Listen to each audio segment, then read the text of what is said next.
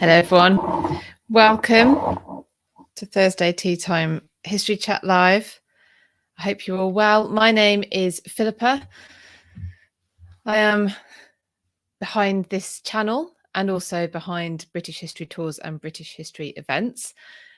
And the British History Patron as well, which I know many of you are involved in. So hi, welcome. This is our usual Thursday afternoon history chat. Well, afternoon where I am. Morning where some of you are, I know that, and evening even for some of you. So welcome. Good morning, Bobby Ann. Hi, Dave. Hi, Ipsa. I can see, sorry, many people have already gone off the screen, but hi, welcome. Do say hello in the chat. Do give me a thumbs up if you're on YouTube, or a heart if you're on Instagram. Hi, Shane. Hi, Jenna. Shane and Tiff, good morning. Good afternoon from snowy Hamburg. Believe it or not, I know many of you joined me at Chepstow last Friday and saw how beautifully sunny it was, walking around in a t-shirt. And yeah, we've had a bit of snow this morning. Good morning, Jenna. Been doing any more baking? I haven't. Unsurprisingly. That was probably my peak for at least a month, the Barabryth last week. So I've got quite a bit to... hi, Janice. How are you doing? Quite a bit to talk about today, because I've been doing some very interesting things. We'll talk about Chepstow again for those of you who didn't join us or were able to join us last Friday. We'll talk about that. We'll talk about, I've just done an interview with Leanna de Lisle, so I'll tell you about that. Got an interview coming out, 2 interviews, in fact, coming out with Gareth Russell. Good morning, Colleen. Hi, History Flunner. How are you doing? Cinquanta and Cherry Lynn. Hi, how are you doing? Master Buick, welcome. So there's those. I've got a special offer for you. I've got, what else have I got? The Just for Fun competition is back this week, because I did just about got my arse into gear and managed to get a question together. Although now I'm a little bit concerned that it's one I've asked you before, but you'll soon tell me, I'm sure. And I'll tell you about the live events with, I'll tell you about Chepstow. That was a live event. I'll tell you about yesterday's History After Dark. Hi, Anindita, how you doing? And also, what's coming up tomorrow. And next week. We actually know what's happening in History After Dark next week as well. So I'll tell you all about that. Hello, History with AC. How are you doing? Nice profile picture. I like it. So where shall I start? So yeah, today is windy, cold and a little bit snowy, which is bizarre because last Friday I felt like summer spring had sprung and summer was on its way, most definitely. To be fair, the sun is out. It's looking beautiful, but it's freezing at the moment, so I'm glad I'm not outside. History with AC, I'm great too, thank you very much. Thank you, Anindita. Yes, I'm very well, thank you. Much better, I have to say, for getting out and about last week. Actually the last few weeks, because 2 weeks ago I wasn't quite on time, was I, with my streams, because I was out in a place called Deerhurst, which I spoke about last week, looking at some Saxon England. So 2 churches that, like I did speak about last week, so I won't go on about them too much this week, but churches that were created, before the Norman Conquest. I was going to say just before and just after, but no, quite a bit before and a little bit before. So we had St Mary's at Deerhurst and Odders Chapel. So that's quite cool. So, you're able to ask questions, which History with AC has done. What would be possible future careers after opting for history? Do you want me to tell you a secret? I don't have a history degree. Because you can look at it many ways. A history degree is, obviously, you'll learn about the particular period or something, and obviously if you go on to specialize afterwards, but it's just great grounding in terms of looking at sources and, you know, how to build arguments and things like that, and stories. But lots of people who had history degrees go off and do something else. So but there's so many careers you can have in history. If you look at heritage locations, tour guiding, blogging now, you know, you can make a living being on YouTube if you get big.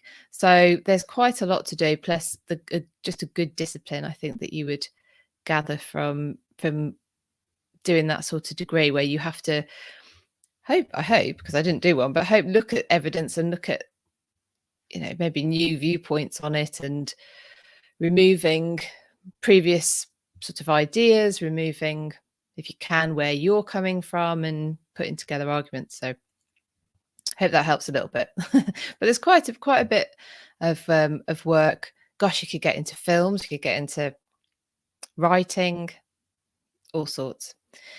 Because history it's not really, if you think about it, a discipline completely on its own, is it? Because everything that's happened before. So it's every discipline. It just happens to have happened yesterday and before. When you start getting old enough to that things are coming up that you lived through and being termed history, then you know that that it's everything. So anyway, hope that helps. So out and about in Deerhurst a couple of weeks ago, that was great. And then last week in Chepstow, this was a last minute decision. If you thank you, History with AC, I'm glad that helped.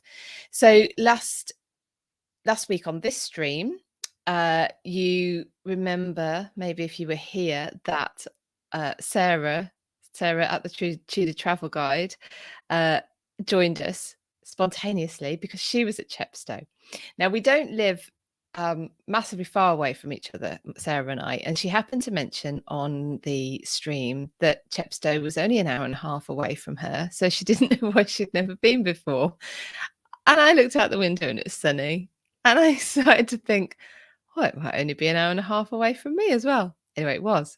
So I jumped into the car the next day and went. Janice says she wished she'd done a history degree, a favourite subject at school. Do you know, interestingly, I did when I first started out, there was a local business sort of push by the Business Hub, and they had professional filmographers come in and interview me and take video, and they both had history degrees. And they were both but they weren't doing anything. They said to us, well, we're not doing anything particular with ours, so we're now videographers. It was just really interesting. Hi, Michael, how are you doing? Hope you're well. So Sarah came on the live stream last week. She said, I'm at Chepstow. It looked amazing, and I thought, I can get there tomorrow. So I did. And if you didn't see the live, then if you have a look, it's actually on my profile on Instagram, because when we do the Visiting Tudor Britain room, we rotate between my channel on Instagram, Sarah's, which is at the Tudor Travel Guide, where we're at tomorrow, and Deb Royal's profile at Tudor_Times.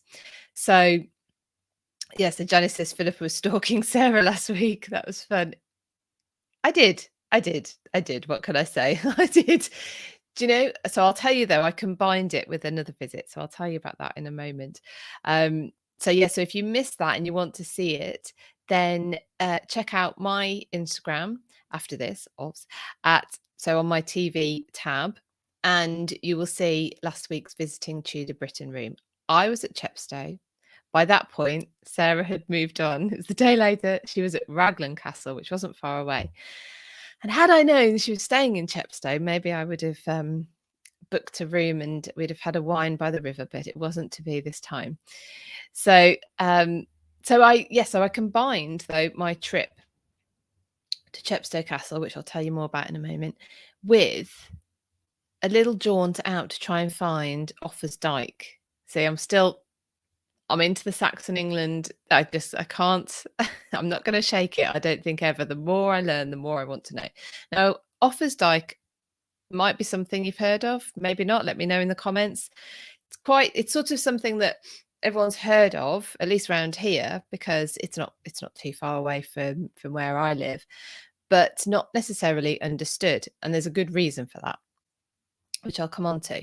But it is effectively a earthwork barrier that runs from, well, in the chronicles it says it runs from coast to coast, and it kind of does actually. And hi Lisa, how you doing? And so Offa's Dyke I'm talking about ran for, I think, around 150 miles, of which 80 miles of it still exists. Doesn't have developments through it or roads through it or whatever, other than where maybe it's cut across by the river, of course. And I wanted to go and find it. So this was quite exciting. Not the earthenwork and not Offa's Dyke, but because I didn't really find what I was looking for in terms of that. But I parked up at this car park that you sent to if you want to go and find Offa's Dyke near Chepstow. And it has signs to the walk, Offa's Dyke Walk, and the Devil's Pulpit. So did anyone see on... Oh, I've done a video of this, which I haven't shared yet. Has anyone seen on Instagram my picture from last week from Devil's Pulpit? So there's the legend, or maybe it's legend now, but the story that was going around that and it's like a natural stone outcrop on the side of this very tall hill. And it overlooks it overlooks Tintern Abbey. So this abbey, beautiful ruin now, obviously they all are, in England anyway, England and Wales. And you overlook through this sort of clearing, this rocky outcrop, and it looks down over. There's a river running through, the River Wye, and Tintern Abbey sits in the valley. And the story goes that the devil preached from here to try and lure the monks of Tintern Abbey away from the path of God. Didn't work. Tintern Abbey became one of the most prosperous abbeys. Janice says she tried to find Offa's Dyke many years ago, no sign of it. Well, okay, so it's really hard. So it's like I say, earthenwork. So they literally built, so you get a dip and a hump, which can be as high as I think 12 feet in 12 feet, maybe more in some parts. So you've got the dip where they've dug out, and then the hump. That's 1,200 years ago. Right. So of course it looks a little bit different. That's plenty of time for a tree or bush or so many to grow. So of course it looks different. It's surprising actually that how much of it still exists, but I think there's bits where it's more obvious than not. And where I was, it wasn't particularly obvious. And because I was going on to Chepstow, I didn't have time to sort of do, and I hadn't really put the shoes on for it. To be fair, people with proper hiking gear were like passing me. And and I just had my Timberlands on, but anyway, never mind. And I was on my own. Everyone's in pairs, and everywhere I go, I bet you lot do this though. I'm on my own, and I'm sort of the only one there, but on my own. But so from Devil's Pulpit, so you look down over the valley, and you see Tintern Abbey. Now I was going to go to Tintern Abbey. That was going to be my first choice of doubling up on my visits, but I think they've got some storm damage at the moment, so quite a lot of it is closed. So that will be for another day. But it was amazing. You just come around the corner of this path and the trees open up, and there is Tintern Abbey down in the valley, and you're in this supposed Devil's Pulpit. So that was pretty cool. Hi everyone, welcoming, just joining, welcome. I am just talking about my trip to Chepstow Castle last Friday via trying to find Offa's Dyke, but on the way to try and find Offa's Dyke, which I didn't really find. I could have been stood on it, to be fair, and not know. I found this place called Devil's Pulpit, which overlooks Tintern Abbey with amazing views. So if you are just joining, say hi, give me a heart, give me a thumbs up. If you're on YouTube, heart if you're on Instagram, I'd be really grateful. Let me know you're there, let me know you're well. Offa's Dyke, though, before I move on. So part of the reason, Janice, Wye Valley is amazing. Anyone who wants to try to, I mean, we could pick a number of locations, but wants to do a location that's not London based, maybe you've done London, maybe you've done the South, head to the Wye Valley, Ross on Wye. You can do Goodrich Castle. You can go down in Tintern Abbey, and so you end up into Wales, Chepstow, Raglan Castle. Yeah, it's beautiful. Went canoeing down the Wye once, and it was so it'd been such a hot summer, and it was so low that the canoe got stuck in the rocks on the bottom. Anyway, so yeah, Offa's Dyke. So there's been lots of theories as to what Offa's Dyke was for. So it was built in I think Offa was king of Mercia. So this is pre the formation of England, and he lived in the I want to say the turn of the 8th century. I might have that wrong. Somewhere around the 700s anyway, maybe late 700s. And so this is why it's called Offa's Dyke. And he has this dyke built, but we don't know much about him, and we certainly don't know much about why he had it built. So there's all these theories that it was maybe defensive. Although I have to say, if it runs the entire stretch of where I was the other day, I don't understand the point, because I was on the top of practically a cliff. So if you've got a 300-foot cliff or whatever, I don't see the point of sticking a land bank on the top of it, which is another 6 foot. So hi A Wolf, watching from Texas. Howdy. Lisa went to Carew Castle and Mill, Menorbia Castle and Pembroke Castle a few years ago. Would love to go back to Wales. Yeah, it's I think I might go exploring North Wales as well. It's something you could just do a whole holiday in Wales, obviously, absolutely. More than one holiday. Michael, special offer. He was a special offer. Ciao, Silvergino. Come stai?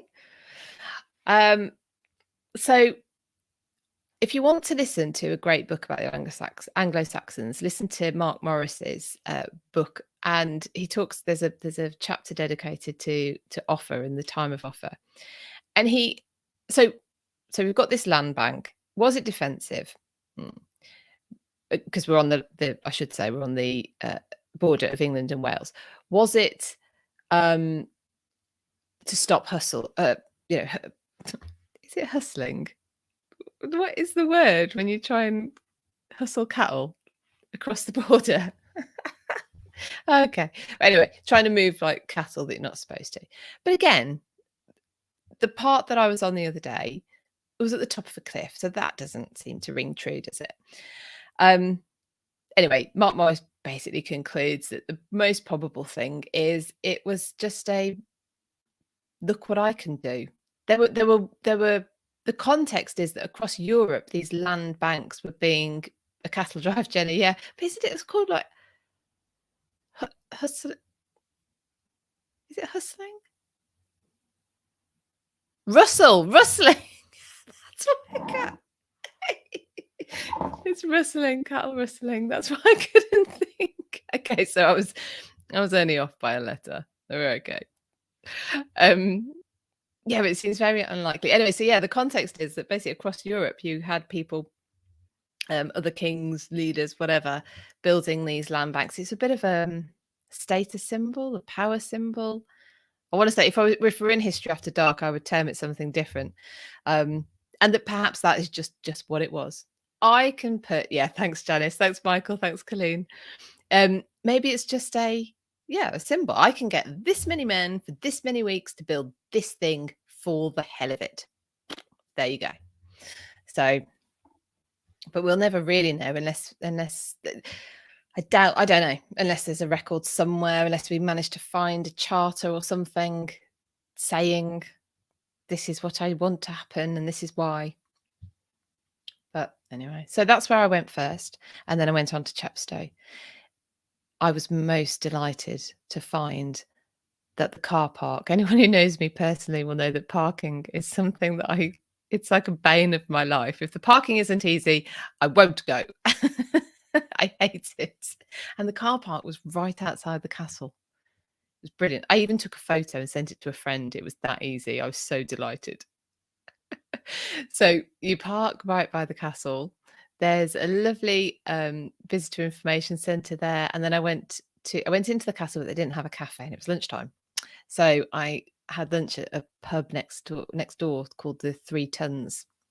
Had a lovely ham and piccalilli sandwich, and then spent the day, the rest of the day at the castle. So if you have a look on the live that I did from there, that with Sarah, she was at Raglan Castle down the road, and Deb was stuck in London. But I'll tell you why she was stuck in London in a minute, because it's very exciting. Yeah, if you've missed that, have a look, because I walk around a little bit. Patrons, you've already seen a few of the photos that I took, and I will be doing a virtual tour of Chepstow in the Patreon. So if you're interested in that, I'll tell you a lot. There's a lot of going on in Patreon actually soon. So if you're not already in there, you might want to think about it. So yeah, so I'm going to do a virtual tour of Chepstow, and patrons would have seen some more of the pictures, but I did share a few on my story as well. So the oldest castle door is there. So that dates from the time of William Marshall, who I've now brought a book on. You'll be happy to know. Is it Michael? You're always going on at me to do something about William Marshall. I have begun the process. But it's so there's a few things about Chepstow Castle that I found absolutely enchanting. Chepstow Castle is on a bend in the River Wye. It's high up on the cliff over the river. So I got some really nice shots of the shadow of the castle over the river, and it follows the cliff, you know. So it sort of weaves around a little bit, and the oldest part is the Great Tower, which is effectively the keep of the castle, but it's not square. And I think I'm trying to all round. So if you go to Ludlow, you've got a square keep. Goodrich has got a square keep. Like something like Windsor has a round keep. But this one is sort of oblong, rectangular, more like a hall than a keep. But it was in a defensive position. It was a defensible castle. So it had all, I mean, it eventually had all the rest of the business going on, the castle walls and the in fact, after the English Civil Wars, Michael, how am I related to William Marshall? Is everyone related to William Marshall? Is that why? The castle walls after the Civil War, and they did this in other places, they filled the wall, so they had like a double wall. Anyone listening on the podcast, my hands are parallel to each other. So they build the wall and they fill it with earth. The reason being, it takes a cannonball, it takes the power of being bombarded by cannon fire more than just a stone wall would. A stone wall will collapse, but if the earth obviously absorbs the energy, and so it's quite a good way of defending the walls. Yeah, so it's a fully, defensible castle. I've said it's over the river. It's high up on a cliff, and then you've got it's sort of on a hill, and so the rest of the side as well, you've got the walls and etc. etc. So it sort of undulates, it follows, and it goes uphill as well. So you probably hear on the live from last Friday me sort of puffing and panting as I go up the hill, because it's quite steep, but it's yeah, it's just a really, really beautiful place. So if you are interested, have a look at the live. Maybe think about joining my Patreon at patreon.com/British history, because there will soon be a virtual tour of Chepstow in there.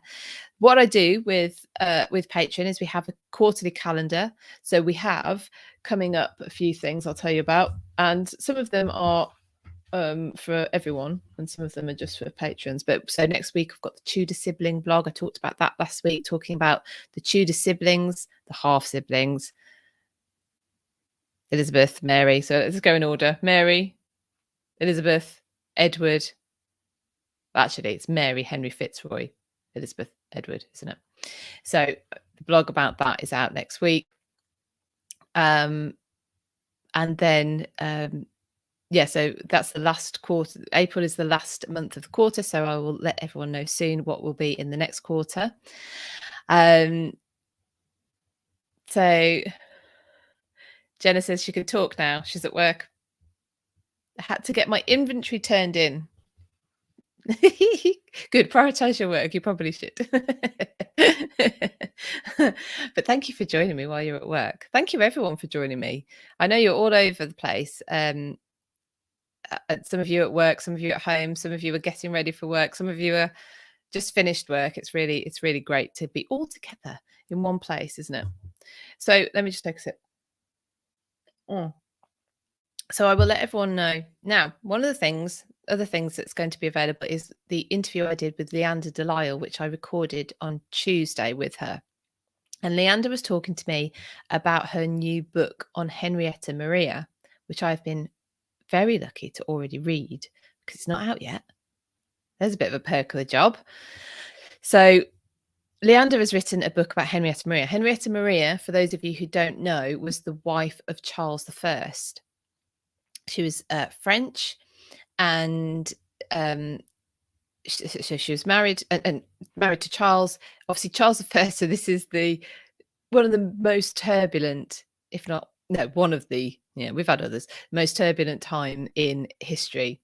And so she comes over, already queen actually, because there'd been a proxy wedding at Notre Dame in Paris, and Henrietta Maria comes over to England. Charles is very keen, like very keen, if you know what I mean, to meet his new wife. So she comes over. She's Queen of England. Now she's over with kind of a instruction from her mother to hold up the Catholic cause, to help Catholics in England. Catholics in England are being persecuted at this time. They're not allowed to hold mass. There's punishments for oh no, Janice said, did you ask about her teeth? I didn't. Oh, I'm going to email her and ask her about the teeth. Someone said last week, didn't they, about Henrietta Maria apparently had awful teeth. I don't know. She did tell me some very surprising things about Henrietta Maria. But it's in the book. So the book is out in the summer. The interview with Leander will be out probably in May, and patrons were able to ask Leander their own questions. So they were all put to her, and that full-length extended interview goes into Patreon. Everyone else gets the rest of the interview on YouTube. So that will be out in May, probably second week of May. It's very so she has this instruction really from her mother to hold up the cause of the Catholic faith. I think there's an idea that maybe just by being a good Catholic, a good person, and that she can convert people potentially to Catholicism, or at least help to create an England where Catholics can be and yeah, sorry, that's my daughter ringing me. Always at 1 o'clock on a Thursday. The Catholics can be not persecuted, that they can be free to practice their religion. It doesn't go that way. It doesn't go that way. Hello, Makrane Shakib, how are you doing? Yeah, it does not go that way. So you've got the staunch Catholic Henrietta Maria married to the committed Protestant Charles I, but their personal relationship was very good. So anyway, so the whole interview is around Henrietta Maria. You'll be able to buy Leander's book in the summer when it's launched. I think it has two different titles. So in America, it has a different title to in the UK. I don't know about the rest of the world, but you'll be able to get that hold of that. So that interview will come out. Obviously, I'll tell you more about. I'll be telling you that it's coming out nearer the time. But that was fantastic talking to Leanna. Leanna is also talking on the life and times of Elizabeth I tour, which I'm running in July. So talking about the succession crisis when Elizabeth dies, which was the anniversary of last Thursday, and I forgot to mention it. Whoops. So that's I got off and I was like, it's the anniversary of Elizabeth's death, and I didn't even mention it. So yeah, last week was the anniversary of Elizabeth's first death. So yeah, the succession crisis. She's obviously she dies with no heirs. Like, she's got no children. Her siblings had no children. There's no other siblings left. Where's she going to go to? So there's a few options, and obviously the favoured one, or the one that gets the throne, is James, who is Charles I's father, who I was just talking about, Henrietta Maria, who was Charles I's wife. So it's all very nice and linked. Hi, Nick.C in Australia. How are you doing? What time are you there? You must be coming up late over there. So yes, have a look at. But I've got 2 more interviews coming out very soon. So the first one, we're coming up to the 110th anniversary of the sinking of the Titanic. Hi, Barbara, how are you doing? Hi, Bazzy126F. Love these handle names. Yes, it's the 110th anniversary of the sinking of the Titanic this April. And last year in Patron, I did an interview with Gareth Russell, who wrote a book called on the Titanic called The Ship of Dreams, The End of the Edwardian Era, and something else. He has very long titles to his books. Awolf is having coffee. It's coffee time, 7:30 in the morning. Nice. I do love a coffee in the morning. Michael says there's a documentary on YouTube by a Polish art critic about the painter William Dobson. He said Henrietta Maria had buck teeth. Tell you what, there's nothing wrong with buck teeth here. So you're going to really enjoy that interview. You're going to really enjoy that interview when it comes out. So but there's plenty in the meantime. If you have a look on my YouTube after this, I will see if I can share it on Instagram as well, although it's the wrong orientation. There's a trailer for the interview with Gareth about the Titanic, and I wanted to go at it slightly different angle when I interviewed him. So this was originally in Patreon. It's over 12 months ago, so I'm releasing it generally. And we're looking at the aftermath. So right from when, we go a little bit back, because we're talking about, really what happened on the Carpathia, what happened when they got back to New York. And it's really telling. It's really, it's a proper insight into things like journalism coming, changing to people being a story rather than people, kind of a detachment coming in there. Jenna, the Titanic has fascinated me for a really long time. I'll definitely have to give that a listen. Yes, definitely do. So the trailer's out at the moment. You can see that on my YouTube channel. And at the end, there is a link to the full interview. And that goes live on the 4th. So whether you're watching that before or after the 4th, it doesn't matter. If you get to the end of the trailer, there will be a link to the full interview there. It lasts about an hour. But the trailer gives you a really good indication of what we're talking about, because it's fascinating. We talk about the films that were made straight away. We talk about where some of the myths have come from. There's plenty of myths, and the problem of course with the myths is that they get repeated, and what happens with repetition? It becomes the truth. So Bobby Ann says she watched. Oh, Bobby Ann, thank you so much for the coffees last week. Bobby Ann bought me coffees last week so that I could keep warm.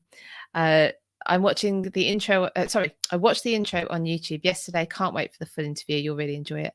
And I just read the book. Anyone who wants to read a book about the Titanic, please do pick up please do pick up Gareth's book. Colleen, I'm listening to Titanic now. Is that Gareth's book you're listening to? Or just generally? Or the film? There's quite a bit that's just been repeated. Anyway, so we go into those sorts of things. We go into talking about, oh, fabulous, Colleen. It's wonderful. The narrator on the Audible version as well is fantastic. Although I love Gareth's voice, but he wouldn't narrate his own books. So, yeah. So, however, look at that. Yeah, we go into the shame that the men were made to feel. Really criminally, you know, the attitude of people towards the men that survived and the impact that had on them, and anyone who survived actually as well. So I think you're going to really, really enjoy it. It's really, really insightful. See, Colleen loves his voice too. Gareth, very excitingly, is my co-host on the Anne Boleyn tour, which is in May, and the Life and Times of Elizabeth I tour in July. And he'll be doing tours with me as well. We may well be putting together a Titanic tour in the not too distant future. Jenna says, I've gone to an event to hear Robert Ballard speak about the Titanic at the University of Rhode Island, where he's a professor. It was fascinating. And it links, I mean, the reason a reason why it's so fascinating, and especially the way Gareth writes about it, is how it links Edwardian culture, Anglo-American, French, it's and the classes. It really is quite fascinating and harrowing. Genesis, he told us about the night they found the Titanic, and it will give you goosebumps. Ooh, yeah. What, when they rediscovered it? Yes, I bet that would give you goosebumps. Right, I've missed a few comments on YouTube. Brianna, looking forward to the Titanic. Saw an exhibit in the States on it. Intriguing and heartbreaking. Yeah, I mean, interesting as well. I think he talks about this in the interview. It's not the biggest loss of life in a maritime accident, peacetime maritime accident. But, and that's another thing we get into. Why does Titanic become the one everyone has heard of and is fascinated by? So we go into that in the interview as well. Michael says there's a conspiracy that about the Titanic being sunk on purpose to kill the men who opposed the creation for the Federal Bank of America. Yeah, there's a few conspiracies like that as well, that it was an insurance job. And anyone who's listened or read Gareth's book will know that he tackles those in there as well. Lisa, didn't a mother shut the front door on her son when he returned home from the sinking because he survived it? Quite possibly. There's quite a few stories. I don't remember that one particularly, but that doesn't necessarily mean it didn't happen. Yeah. It's but it's captivating, isn't it? We are captivated by it. And why is that?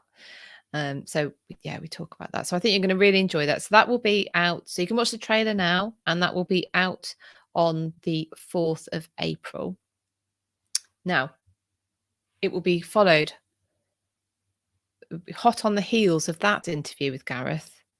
I've done another interview with Gareth, which will be out on the 14th of April, about another topic that he is extremely knowledgeable on. And it's Catherine Howard and Anne Boleyn, specifically their downfalls, how they came about, what was involved in each, and the executions, and therefore what we can learn about each by looking at the other. So that's the interview that will be out on the 14th of April. Again, patrons got to ask their own questions of Gareth, so the extended version will be available on Patreon. So although you didn't get to ask your questions, if you're not a patron already, if you join now, you would get that extended version of the interviews, plus a billion gazillion other things that are in there. Good evening, Rayatiff. How are you doing? Nice coffee. You're making me thirsty. So so look out for that. You can join Patreon at patreon.com/British history. There's a monthly blog. So that one, as I've said earlier, is on the Tudor half siblings, what their relationships were like between them. The following week will be Gareth's interview about Anne Boleyn, the downfalls of Anne Boleyn and Catherine Howard. And the extended version will be in Patreon. The normal length version will be on YouTube. So got loads coming up. And then I'm going on jury service, so you won't see me for 2 weeks. Doing my civic duty. I will be doing stuff, but I won't be able to do my live, unfortunately. But I am doing my jury service in the historic town of Worcester, which again has Saxon roots, Roman roots actually, and is of course where Arthur Tudor is buried. So I will be going to Worcester to do some filming when I've planned it out. What I'm going to do is a short documentary on Arthur Tudor and the places associated with him, and I want to try and track the procession that the route that his body took from Lidlow to Worcester, where he's buried. So not sure when I'll get to do that because I'm touring in May. I've got some private tours on in June. I'm touring again in July. Might have a little bit of time off in August with the kids, and then touring again in September. But anyway, so that's in the pipeline as well. I am very busy, Nick.c. Yeah, certainly. I mean, it's all fab stuff. I can't complain. I'm loving every minute of it. But I do get to the end of the day, and you've done so much, you're not actually sure you've done anything. But anyway, yeah. Also, I must say, the competition to win Heather Darcy's book about Anna, Duchess of Cleves, that closed on Monday, and the winner was Margaret. Margaret, I've already been in touch with Margaret, so the book is winging its way to her already, and there will be chance in Gareth's interview about Anne and Catherine to win a signed copy of his biography of Catherine Howard as well. So that's another reason to watch if you didn't have a good enough reason already. So that'll be cool. After that point, the competitions and giveaways will only be in Patreon. So another reason to join Patreon. You can do it from £5 a month. So, and when you do, by the way, then you have access to the back catalogue for the last 12 months, which is exclusive for the last 12 months. Yeah, so there's quite a bit in there already for you to get your teeth into. Now, let's do our just for fun question, because I don't want to forget. Please don't tell me I've already done this one as well. So this one is based on the talk really that Matt Lewis did for me from Ludlow Castle. And it is, the question is, what birthday did the future Richard III celebrate at Ludlow Castle? Did I ask you that before? Hopefully I haven't asked you that before. So yeah, what birthday did the future Richard III celebrate at Ludlow Castle? So I will give you the answer to that next week. You can watch the interview with, well, like I say, it's more like a talk really. Matt Lewis goes into, he's sat at Ludlow, so he's got the castle behind him, and he talks about the history of the castle, and with a big focus on the Wars of the Roses, when Richard, Duke of York, was there with his family. So hence why that came up. So have a look at the interview and I'll tell you next week what the answer is. What else have we got going on? Told you about Titanic, told you about, oh yes, I do need to tell you about something else. So Deb, I was going to tell you why Deb was stuck in London last week. Deb Royal was stuck in London last week while Sarah and I were on our travels. So I was at Chepstow, Sarah was at Raglan Castle, Deb was in London. Stay at home Deb, she called herself. Was it stay at home Deb? Anyway, because Deb is the brains behind the new magazine Tudor Places, and this is going to be, if you like traveling, history, and Tudors especially, then you're going to absolutely adore it. So I was going to, so there's going to be a competition in my Patreon, which is going to run for the next 2 weeks. Anyone who is a member of Patreon will be entered into the competition to win an annual subscription to this new Tudor Places magazine. So it's all about celebrating the Tudor built environment, and they've got articles every week, interviews, all about Tudor, the Tudor world. And so the first issue is coming out in May. And I'll read off to you here what the article is going to be. So they have Anne Boleyn's apartments in the Tower of London is an article in there. Sarah, by the way, at the Tudor Travel Guide, is doing a regular column. Henry VIII's device forts in Kent, Ripon Cathedral and the Markenfield family, building projects of Cecily Bonville, Marchioness of Dorset, and the Lost Palace of Oatlands. That's just in one issue. They've got loads. So they're going to be exploring palaces, cathedrals, churches, forts. Tracy Borman has got an interview in there. And the regular feature that Sarah is involved in is called A Trip to Tudor Wherever. So, Colleen, it will be available in print and online. So you will be able to do both, and they do ship worldwide. So there's going to be an early bird offer. So if you sign up to my newsletter, which you'll find the link to in my bio on Instagram, or you can visit my website, britishhistorytours.com. If you sign up to the newsletter, there's going to be an early bird discount for that magazine. It's a 15% discount, so it's pretty good. But also, like I say, if you are a member of my Patreon, then you will have a chance to actually win an annual, a year worth of subscription. So what I'm going to do is give you a cutoff date for that, which I probably should have done, I don't know, before I came on air. Let's run with it. So if you are signed up to my Patreon so if you're a member of Patreon by the 14th of April, the day, remember, that the interview with Gareth comes out about Anne and Catherine's downfalls. If you are a member of Patreon, on that day, you will be entered into a draw to win an annual subscription, the 1 year annual subscription, digital subscription to the Tudor Places magazine. Once I have a copy as well, I'll be able to show you. But also sign up to my newsletter and you can get a 15% early bird discount, and that's only until the end of April. Nearly said the wrong one then. Janice says the Tudor Places mag looks great. Can't wait to see it. It really does. It really, really, really does. I'm really excited about it. But how fabulous. So so Deb was stuck in London, but that's a pretty good reason, isn't it? Launching a magazine. That's good.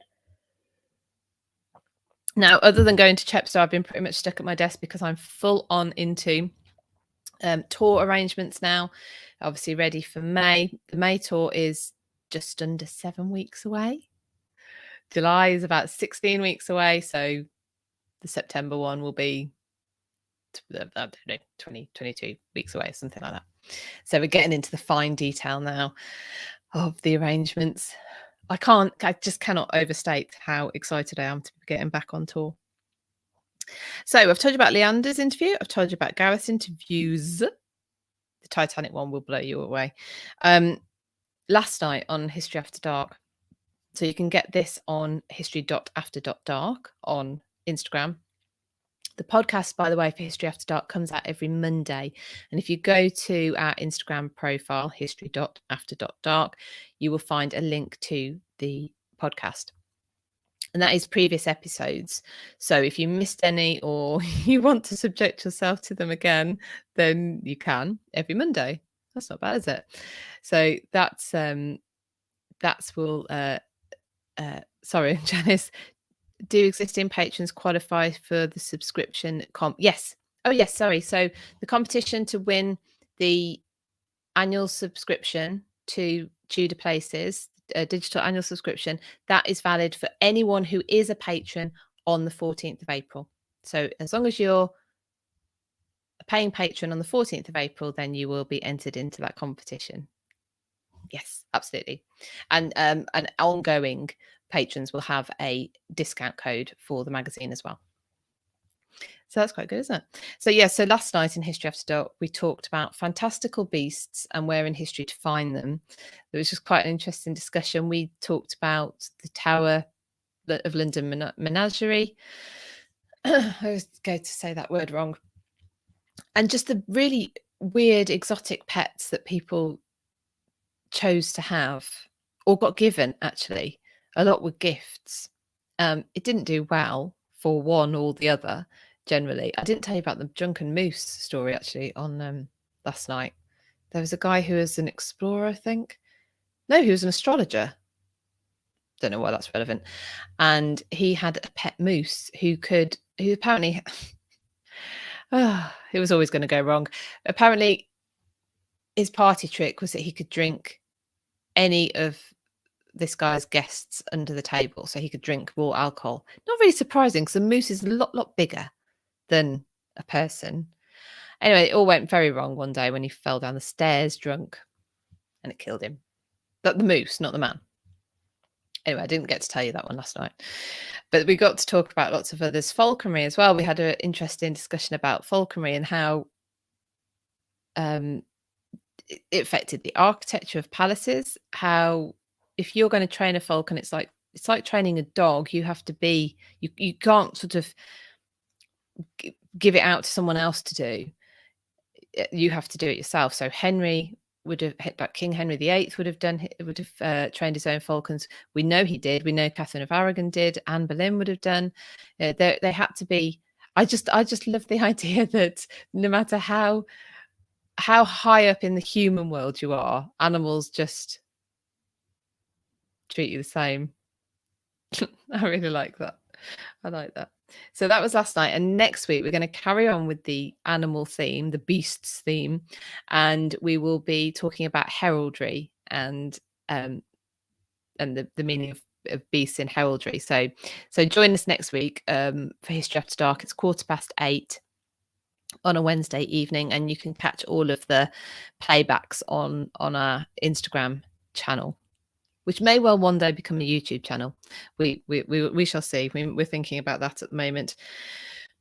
Last week's, so you can catch me as well tomorrow live on Visiting Tudor Britain. Like I say, if you want to catch last week's live where we were actually on location, which we blinking loved. I mean, that was fantastic. The signal held out and we were both in sunny castles in Wales. It was fantastic. Poor Deb, she wasn't there, but like I say, it's because she was launching a magazine, which is none too shabby. So you can catch that back on my channel. The one tomorrow will be hosted on Sarah's channel. That's at the Tudor Travel Guide. And we're talking about getting to places to beat the crowds. So places that are still fantastic, but you're going to be able to avoid crowds, which if you're someone like me who wants to take an insanely huge number of photographs, or you just prefer to be somewhere with less crowds also, then you might want to tune in tomorrow and listen to us chat about that. Cool. So just a few reminders. Have a look at the Titanic. Oh my goodness. You can tell it's getting up to the hour. My mouth isn't working anymore. Have a look at the Titanic trailer. That will be out. The full interview will be out on the 4th. And you can you can see that you can set a reminder now for it. It's set as a premiere. The another interview with Gareth will come out on the 14th of April, which is about the downfalls, comparing and contrasting the downfalls of Anne Boleyn and Catherine Howard and how we can learn about each from looking at the other. Sign up to my newsletter to get an early bird discount of 15% off the Tudor Places, the brand new Tudor Places magazine, which honestly looks absolutely fantastic. And also get into my Patreon if you want to, so that you can ask questions of future historians they're not future historians that I will interview in the future, to find the extended interviews, blogs and virtual tours and I will share with you the next calendar of Patreon, what's going to be happening in Patreon, as soon as I have confirmed it all. But it would include the extended interview with Leanna de Lisle and a virtual tour of Chepstow Castle. I know that they're going to be in there already. If you're in Patreon and you're a Patreon, paid up member of Patreon on the 14th of April, you will be entered into a prize draw to win a free year subscription to TUDOR Places magazine, the digital version. Cool. Thank you, everyone, for joining me. You can find me again tomorrow live, like I say, on Sarah's channel at the Tudor Travel Guide, where we're talking visiting Tudor Britain and getting away from the crowds. You can see me next week on History After Dark, 8:15 p.m, talking about beasts in heraldry. And I will be here again for the Thursday Tea Time History live chat next week at 1 o'clock. Thank you so much for joining me, everyone. See you all really soon. Take care.